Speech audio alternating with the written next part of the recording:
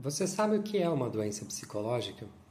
Hoje em dia existem muitos canais nas redes sociais que divulgam informações sobre transtornos como narcisismo, depressão, ansiedade, transtorno borderline e assim por diante.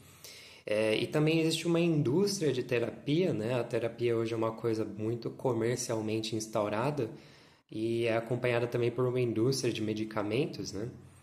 E eu queria, diante disso, resgatar uma ideia básica da psicanálise, que é a ideia do que é, afinal, uma doença psicológica.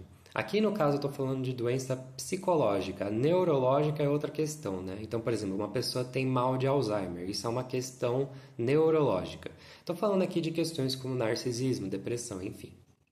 Bom, uma coisa básica que de alguma forma se perdeu na minha visão um pouco nos discursos que você vê circulando hoje é a ideia de que para a psicanálise não existe normalidade. Porque, bom, é muito fácil pensar isso na verdade, né? Você poderia, por exemplo, pegar tudo que você é agora e falar assim, ó, ser igual eu, como eu sou agora, é ser uma pessoa normal. Mas aí você vai acordar amanhã com outro humor, em outra situação, e você vai pensar de outras formas, viver de outro jeito, e então o seu próprio padrão de normalidade não bateria para você mesmo, né? E, enfim, tem muitas obras na história da literatura, da filosofia e da ciência que questionam esse lugar de normalidade, como o Alienista do Machado de Assis. Mas o que a gente pode ver é que claramente o estranho não é que uma pessoa seja anormal. O estranho é que alguém, de alguma forma, seja adequado a um padrão social para tentar se considerar normal. Esse movimento de adequação é muito mais estranho e complicado do que a ideia de que alguém seja anormal, né? Mas a partir disso, a gente pode se perguntar então: bom, se não existe anormalidade, o que é um transtorno psicológico? Para a psicanálise, se a gente for pegar principalmente a obra do Freud, e também de outros psicanalistas importantes, como Jung e a própria Anísia da Silveira no Brasil, que é uma figura que as pessoas não ouvem muito falar, mas ela foi extremamente importante. Ela trocou cartas com Jung, ela foi bastante importante nas nossas instituições, né, como a gente pensa hoje a saúde mental no Brasil. Mas uma doença psicológica, ela na verdade surge das próprias características do ser humano. Vamos pegar, por exemplo, o narcisismo. A gente aprende que, com a psicologia empírica hoje, que o narcisista é uma pessoa que é patologicamente insegura, ela tem uma quantidade de insegurança gigantesca e basicamente infinita, e por isso ela precisa de muita aprovação. Ela só interage com as outras pessoas buscando aprovação. Mas uma vez que você tem uma necessidade infinita de aprovação, as suas relações elas são sempre alguma espécie de exploração do outro, né? Porque você está sempre tentando criar situações para receber aprovação, mas você não está criando vínculos, você não está necessariamente dando alguma coisa para outra pessoa de significativo. Tudo é condicionado por essa sua necessidade de obter aprovação. E aí, para conseguir viver com essa necessidade infinita de aprovação e fugir da sua insegurança interna, o narcisista ele vive um devaneio, né? Ele conta uma história sobre quem ele é, geralmente uma história que coloca ele como se fosse o centro do mundo, né?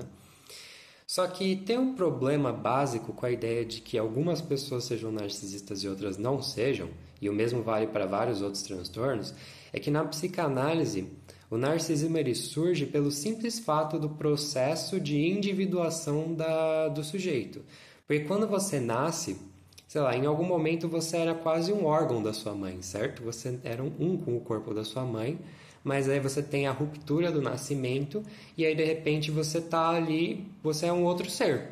E agora, para obter suas necessidades, você precisa de alguma forma chamar esse ser, você precisa ter uma relação com esse outro ser e com outros seres também, né? Então, o seu desenvolvimento psicológico, ele cria o que no pensamento indiano você pode chamar de ahankara, né? Que é a parte da identidade da nossa mente. E essa identidade, ela meio que organiza uma narrativa sobre o que você é, sobre quem você é. Só que a mente é de tal natureza que ela cria as coisas hipoteticamente, né? A mente cria as coisas através da imaginação. Ela pode criar qualquer coisa. A forma como você se vê não necessariamente tem muito a ver com a forma como você vive a sua vida material de fato, né? Você pode criar várias coisas. Então, esse mecanismo de individuação, de formação da sua identidade, ele é de alguma forma fadado a produzir alguns devaneios, produzir algumas coisas que não batem com a realidade. E no fundo nada desse mecanismo bate com a realidade, né? Porque na realidade tudo é um, né? Na realidade não existe indivíduo, não existe sujeito, o mundo inteiro é uma coisa só. Não tem, na verdade, essa separação de sujeito ou de sujeito e objeto, por exemplo. Mas para conseguir viver e para se organizar psicologicamente, a gente precisa dessa identidade, dessa arrancara que é o mecanismo do narcisismo. E aí, na medida que uma pessoa tem um investimento excessivo nessa identidade, ou que esse investimento na identidade parte de uma fragilização, de um sofrimento interno muito grande, aí você vai começar a ter pessoas que vão manifestar certos comportamentos que vão chegando ali no que a psicologia hoje chama de narcisismo, certo? Mas você observa que um dos pontos básicos da psicanálise é que a doença psicológica ela é um simples resultado de como a psicologia humana é construída e isso em algumas situações, esses mecanismos podem gerar problemas. Como, por exemplo, o seu instinto de sobrevivência, de autopreservação, ele pode gerar ansiedade, ele pode gerar medo de coisas que você não precisa ter medo, ou medo em situações que te paralisam. Sendo que o medo na natureza é uma coisa completamente saudável, né? Você precisa ter medo de um tigre se ele aparecer na sua frente. Faz sentido que você tenha medo. Mas aí você começa a ficar com medo de interagir com outras pessoas, medo de rejeição, e aí que esse mesmo mecanismo do medo em outra situação ele cria problemas, né? Mas, enfim, eu queria dizer que existe uma certa indústria, tanto de medicamentos, porque a gente parte de uma ideia de saúde mental que é você tem uma doença, aí você vai tomar um medicamento ou fazer um tratamento para resolver essa doença, né? Que não é uma ideia de cuidado constante, não é uma ideia de nutrir o seu ser numa direção positiva, é uma ideia de resolver problemas. E aí isso acaba acarretando uma certa ideia de que a doença é alguma coisa que você vai tratar e eliminar com uma intervenção, sendo que na verdade ela é um resultado dos mecanismos que formam o seu psicológico, né? E também existe uma certa indústria enfim, de pessoas que fazem vídeos falando coisas como identificar um narcisista, será que você tem borderline, será que você tem tal outra coisa? E no fundo, a utilidade desses conceitos como narcisismo ou complexo de Édipo, para puxar outro da psicanálise, seria você fazer seu autoexame, né?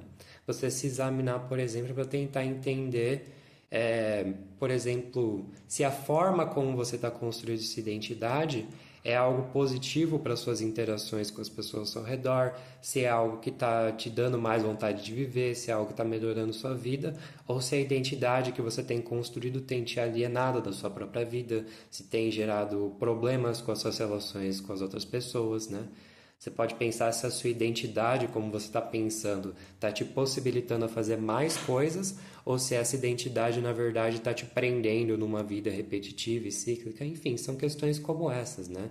Essas ferramentas da psicologia, para a gente que não é terapeuta, para a gente que não é psicólogo, que não consegue fazer um diagnóstico do jeito que um médico propriamente dito conseguiria fazer, eu acho que a gente pode usar como ferramentas de autoconhecimento, mas sempre nesse sentido mais filosófico, né? Não é à toa que a psicanálise ela é muito querida dentro da filosofia, né? Porque ela permite a gente fazer um tipo de análise que você não se firma muito nessa coisa pronta do diagnóstico, da ciência empírica, e você tem uma possibilidade de autoconhecimento, de reflexão a partir disso, né?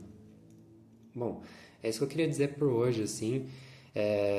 Para quem não sabe, eu tenho um blog e eu tenho um canal no YouTube que eu estou postando materiais também aos poucos, conforme eu consigo fazer.